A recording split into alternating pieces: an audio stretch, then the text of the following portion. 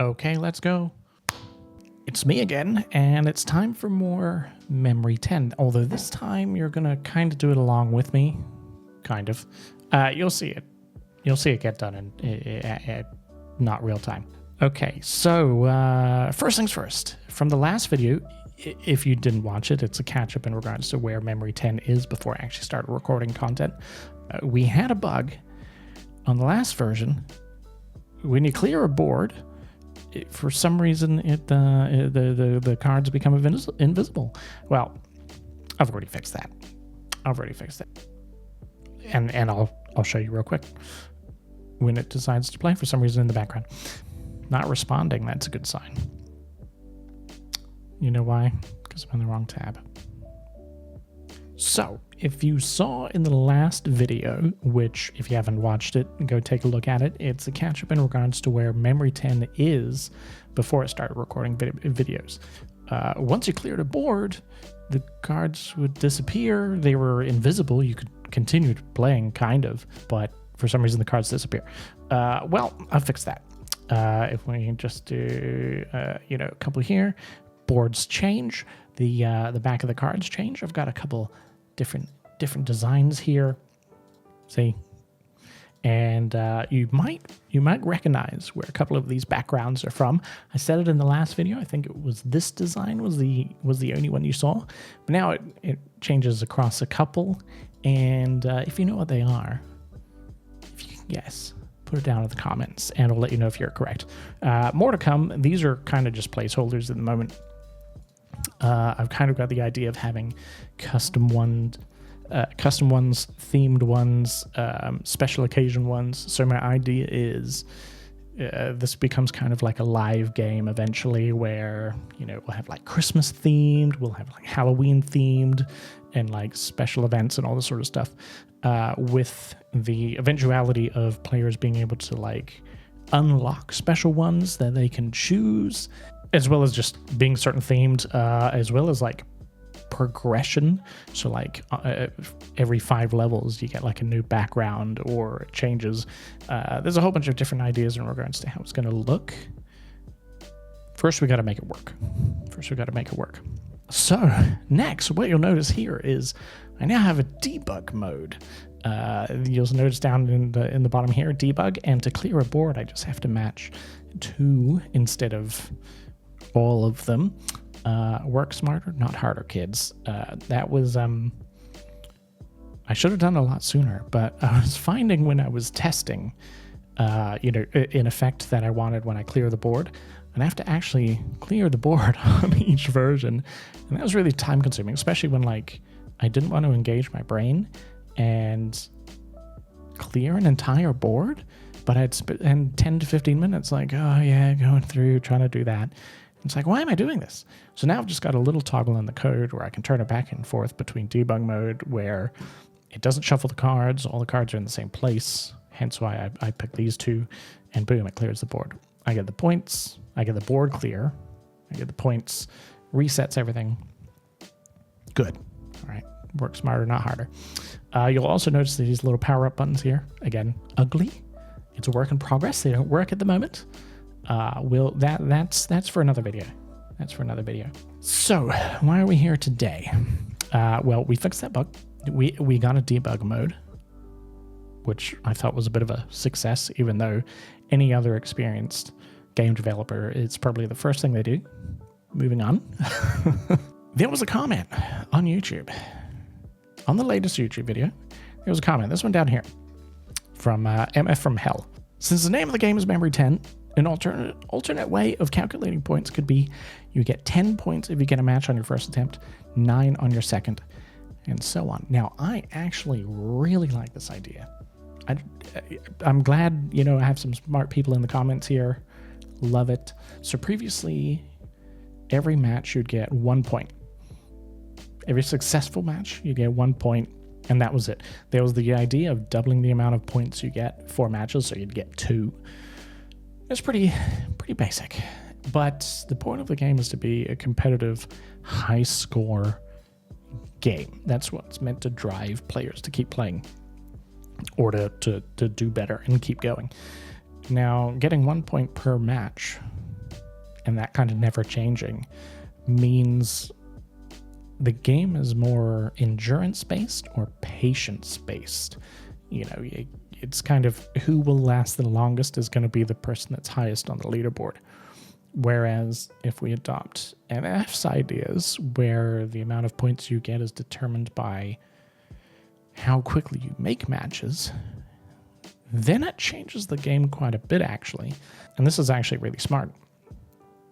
You then require your players to be engaged to get the highest score. You have to pay attention and, you know, actually try and remember where cards were.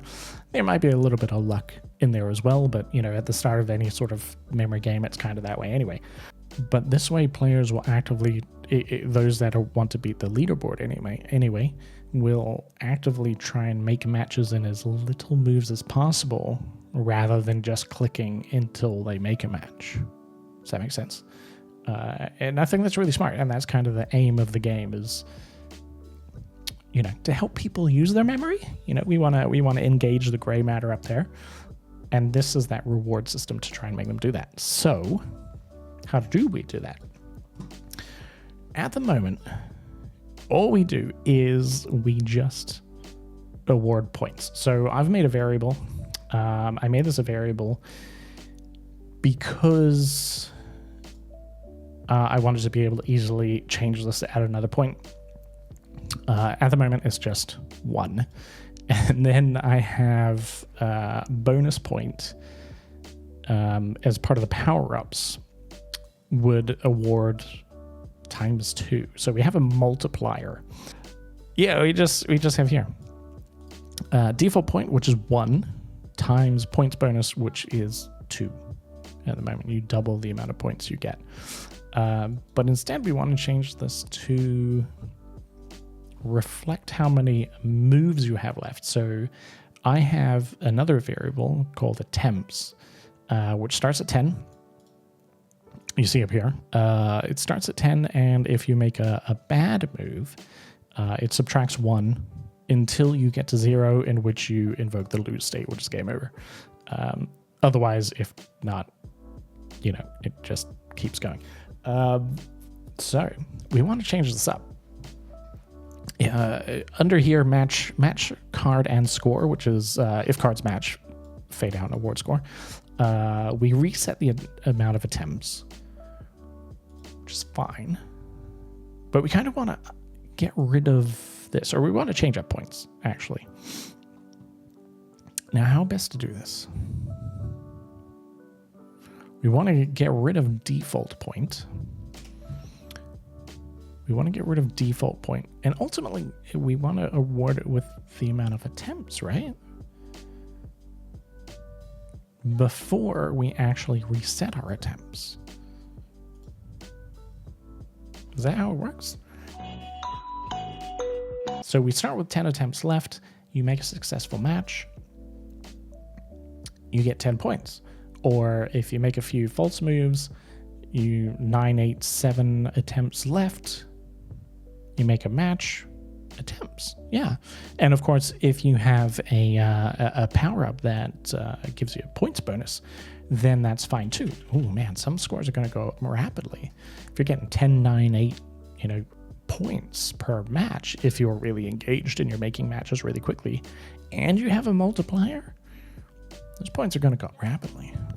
That's kind of what we want. We want drive to cause players to keep going, right? That's that reward feedback that will cause, you know, someone to keep going, like, whoa, man, my points are really high. I've got to clear this board to convert those points to my score, so that's going to save into the leaderboard. That's that feedback we want. So yeah, points equals attempts times points bonus. Let's give it a try. Although we are in debug mode, 10 points. Ooh, it's so good.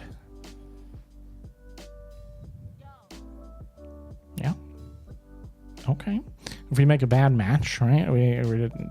Yep. And we go here. 8 points. Yep. 8 points. Nice. So what I've also applied is a board clear bonus, and I believe I've set that to 20 as well. That's just a default value. The points bonus doesn't the points bonus from a power up doesn't apply to that. That's fine. I did have it somewhere as a variable, I'm sure. Yeah, 20 points.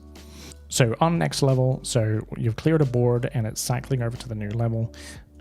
Your score is whatever points you've accrued plus the board clear. I didn't actually make this a variable in the end. I hard coded it. We should probably make this a variable. Board clear bonus plus your points plus whatever score you've already got is your new score. That makes sense. That makes sense. So yeah, we've done it. Essentially, that was a nice, easy change. Thanks, MF, for the idea. Let's just try a couple. I might actually reduce this little timer for the reset because it is kind of long, isn't it? 7 points. Do that again. We should have. That was a board clear. Never mind.